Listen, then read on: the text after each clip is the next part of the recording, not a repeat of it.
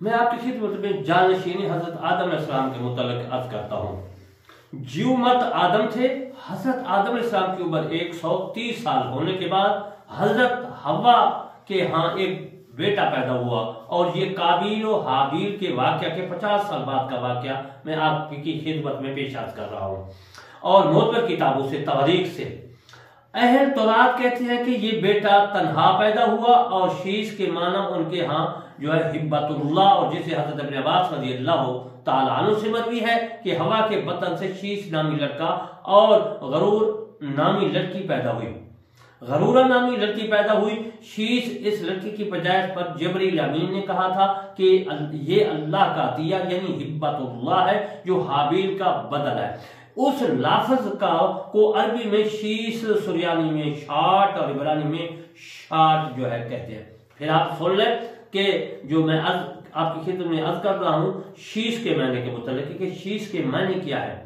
یہ حضرت عبداللہ کا جو ہے روایت کردہ قول ہے۔ وہ فرماتے ہیں کہ شیش اس لڑکے کی پیدائش پر جبریل امین علیہ السلام نے کہا تھا کہ یہ اللہ کا عطیہ ہے، یعنی ہبت اللہ، اللہ تعالیٰ نے ہبہ کیا ہے جو حابیل کا بدل ہے۔ اس لفظ شیش کے میں معنی عرض کر دیتا ہوں کہ شیش کا معنی کیا ہے۔ شیش کا معنی ہے عربی میں شیش، اور شیش کا سریانی زبان میں ہے شاٹ، اور شیش کا عبرانی زبان میں بھی جو ہے شاٹ کہتے ہیں۔ انہی کو آدم علیہ السلام کا جانشین بنایا گیا ہے، حضرت شیش علیہ السلام کو۔ ان کی پیدائش کے وقت آدم علیہ السلام کی عمر 130 سال تھی۔ محمد بن اسحاق سے مروی ہے کہ حضرت آدم علیہ السلام کی وفات کا وقت قریب آیا تو انہوں نے اپنے بیٹے شیش علیہ السلام کو بلایا اور اس سے عہد لیا، اور پھر جو تھا عذاب کی گھڑیاں جو تھی اور اوقات سکھلائے، اور تمام ہر ساتھ کے کسی نہ کسی مخلوق کا عبادت کرنا بتلایا، یعنی ہر گھڑی کوئی نہ کوئی مخلوق عبادت الہی میں مصروف ہوتی ہے۔ اور فرمایا کہ اے میرے عزیز بیٹے ان قریب زمین میں طوفان آئے گا اور وہ 7 سال ٹھہرے گا۔ ان کو وصیت لکھوائی، پس حضرت شیش علیہ السلام اپنے باپ آدم علیہ السلام کی وصی اور جان نشین ہوئے۔ حضرت آدم علیہ السلام کی وفات کے بعد ساری حکومت و بادشاہت انہی کے لیے جو ہے ہو گئی۔ حدیث رسول مقبول صلی اللہ علیہ وآلہ وسلم کے مطابق شیش علیہ السلام پر 50 صحیفے نازل ہوئے۔ حضرت ابو ذر غفاری رضی اللہ تعالی عنہ سے مروی ہے کہ میں نے عرض کیا یا رسول اللہ صلی اللہ علیہ وآلہ وسلم، اللہ تعالی نے کتنی کتابیں نازل فرمائیں؟ آپ صلی اللہ علیہ وآلہ وسلم نے فرمایا 104، اور حضرت شیش پر 50 صحیفے نازل فرمائے۔ اس وقت تمام بنی آدم حضرت شیش علیہ السلام کی ہی اولاد ہے، اور یہ اس وجہ سے شیش علیہ السلام کے علاوہ آدم علیہ السلام کی نسل فنا اور ختم ہو گئی، اور ان میں سے کوئی باقی نہ رہا، صرف شیش علیہ السلام کی نسل میں چلی، لہذا اب تمام لوگ شیش کی اولاد ہے۔ اب میں جانشین حضرت آدم علیہ السلام کے بارے میں عرض کیا، آپ کی خدمت میں عرض کرتا ہوں کہ حضرت آدم علیہ السلام کا وصال اور تجزیہ و تکفین کے بارے میں عرض کرتا ہوں۔ امام ابن سعد، حاکم اور ابن مردودیہ نے حضرت ابی بن کعب رضی اللہ تعالیٰ عنہ کے واسطے سے نبی کریم صلی اللہ علیہ وآلہ وسلم سے روایت کیا، فرماتے ہیں کہ جب حضرت آدم علیہ السلام لائے تو اپنے بیٹوں سے کہا کہ جاؤ اور میرے لیے جنت سے پھل چن کر لاؤ۔ وہ نکلے تو انہیں راستے میں فرشتے ملے، تو انہوں نے پوچھا کہاں جا رہے ہو؟ انہوں نے کہا کہ ہمارے باپ نے ہمیں بھیجا ہے کہ ہم اس کے لیے جنت سے پھل چن کر آئے۔ اچھا جنت کے متعلق بات کر رہا تھا، باغ جو ہوتا ہے زمین پہ جو باغ ہوتا ہے اس کو بھی جنت کہتے ہیں، عربی میں باغ کو اصل میں جنت کہتے ہیں۔ بہرحال جنت سے پھل چن کر لائے۔ فرشتوں نے کہا واپس لوٹ جاؤ، تمہاری کفایت کی گئی ہے، بس فرشتوں کے ساتھ واپس لوٹ آئے۔ جب حضرت حوا نے فرشتوں کو دیکھا گھبرا گئی اور حضرت آدم علیہ السلام کے قریب ہوئی اور ان سے چمٹ گئی۔ حضرت آدم علیہ السلام نے فرمایا مجھ سے دور ہو جاؤ، میں تجھ سے پہلے آیا تھا، میرے اور فرشتوں کے درمیان سے ہٹ جاؤ۔ فرشتوں نے حضرت آدم علیہ السلام کی روح قبض کی، پھر انہیں غسل دیا، خوشبو لگائی، کفن پہنایا اور پھر ان کی نماز جنازہ پڑھی، پھر ان کے لیے قبر کھودی اور ان کو دفن کیا۔ پھر فرشتوں نے کہا اے اولاد آدم، تمہارے مردوں کے متعلق یہی سنت ہے، پس تم ایسا ہی کرو۔ یہ حضرت جلال الدین سیوطی رحمۃ اللہ علیہ نے دور منصور میں لکھا ہے اور مستدرک حاکم میں بھی موجود ہے۔ امام حضرت ابن اسحاق رحمۃ اللہ علیہ نے حضرت ابن عباس رضی اللہ تعالیٰ عنہ سے روایت کیا، فرماتے ہیں کہ حضرت آدم علیہ السلام کے ود، سوا، یغوث، یعوق اور نصر بیٹے تھے، یعنی 5 بیٹے تھے. انشاءاللہ ان کے متعلق بھی میں آگے عرض کروں گا. سب سے بڑا یغوث تھا. حضرت آدم علیہ السلام نے کہا بیٹا جاؤ، اگر تو اس کو کوئی فرشتہ ملے تو اسے کہنا کہ وہ میرے لیے جنت سے کھانا لے آئے اور بیٹے کے لیے مشروف لے آئے. پس یغوث گیا تو اسے کعبہ کے قریب جبرائیل علیہ السلام امین ملا اور اس نے یغوث سے کہا کہ حضرت آدم علیہ السلام کے لیے کھانے کا سوال کیا تو جبرائیل نے کہا کہ لوٹ جا، تیرا باپ وصال فرما چکا ہے. پس دونوں واپس آ گئے تو حضرت آدم علیہ السلام جان دے رہے تھے. بس جبرائیل علیہ السلام اسے ملے اور ان کے لیے کفن، خوشبو، بیری کے پتے لے آئے. پھر فرمایا بنی آدم کیا تم دیکھتے ہو کہ میں نے تمہارے باپ کے ساتھ کیا کیا کیا ہے، بس تم بھی اسی طرح کرنا. یعنی حضرت جبرائیل علیہ السلام جو تھے وہ سمجھا رہے تھے، وہ سنت بن رہی تھی ہمارے لیے. حضرت آدم علیہ السلام کا وصال ہوا اور وہ ہم کو سکھا رہے تھے، یعنی بنی آدم کو، ان کے بیٹوں کو، اپنے مردوں کے ساتھ ایسا کرو. بس جبرائیل کہہ رہے تھے. انہیں غسل دیا اور کفن دیا، خوشبو لگائی، پھر کعبہ کی طرف اٹھا کر لے گئے. اس پر 4 تکبیریں پڑھی، پھر انہیں دوسری قبور کے قریب آنے والے میت قبلہ کے متصل رکھ دیا. پھر انہوں نے مسجد الخفیف میں دفن کیا. یہ تہذیب میں موجود ہے جو میں آپ کی خدمت میں عرض کیا. امام ابو نعیم نے حلیہ میں لکھا ہے کہ حضرت ابن عباس رضی اللہ تعالیٰ عنہ سے روایت ہے کہ رسول اللہ صلی اللہ علیہ وسلم کے پاس جنازہ لایا گیا. آپ نے ان کی نماز جنازہ پڑھی، آپ نے 4 تکبیریں پڑھی اور فرمایا حضرت آدم علیہ السلام پر فرشتوں نے 4 تکبیریں پڑھی تھی.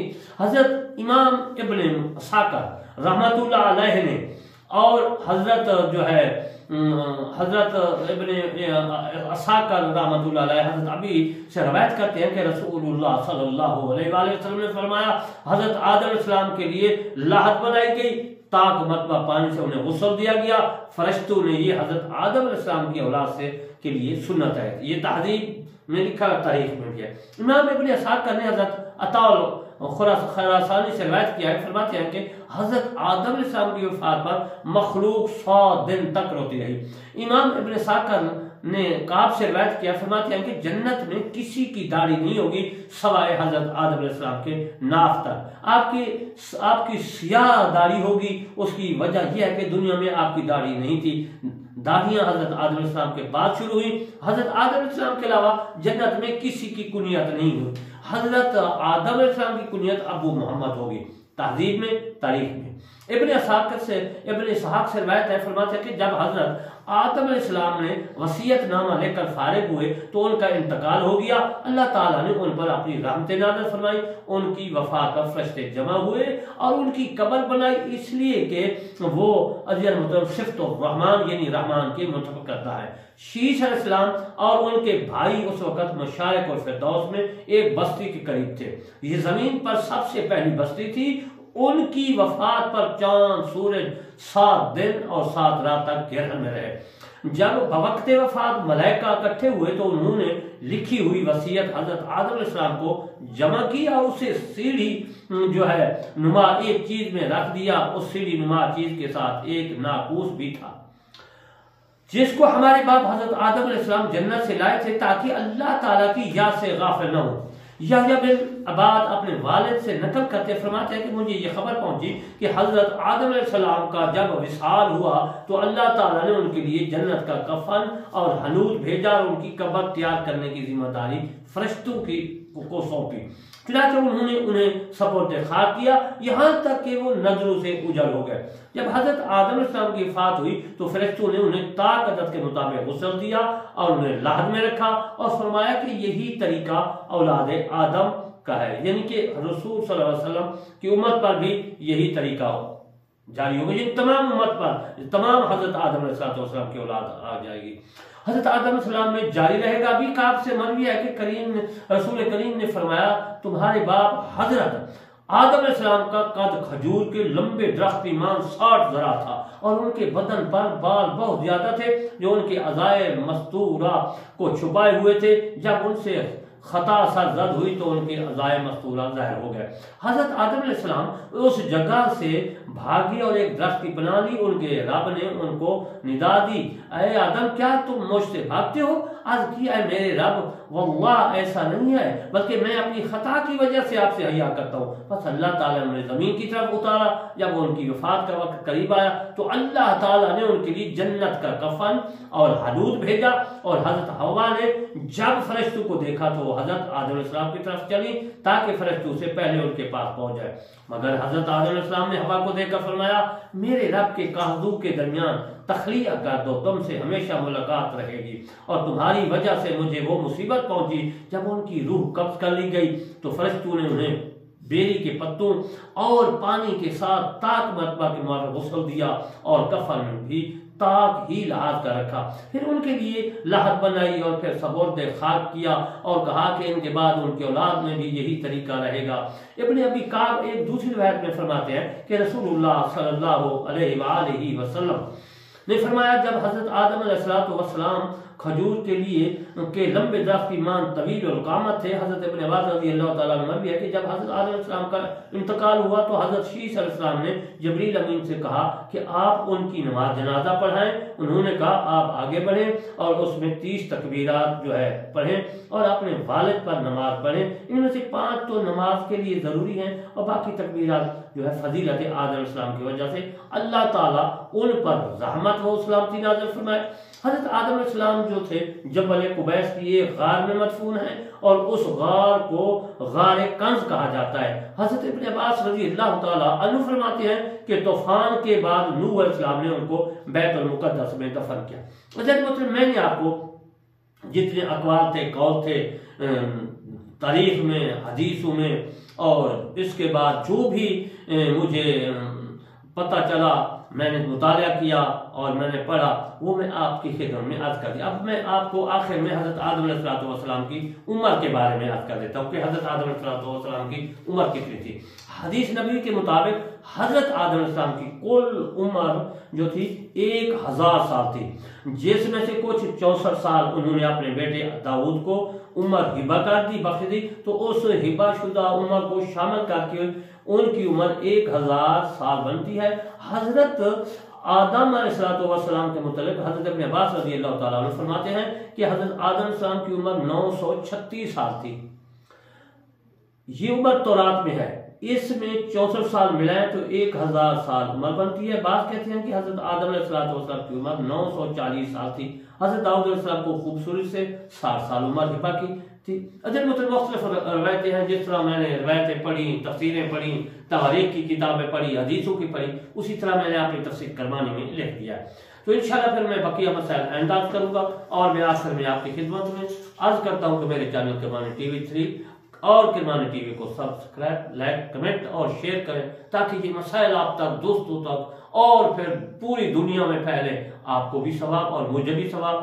اور انشاءاللہ پھر میں آئندہ پاکستانی وقت مطابق 8 اور 9 بجے ملوں گا۔ وما علینا الا البلاغ المبین۔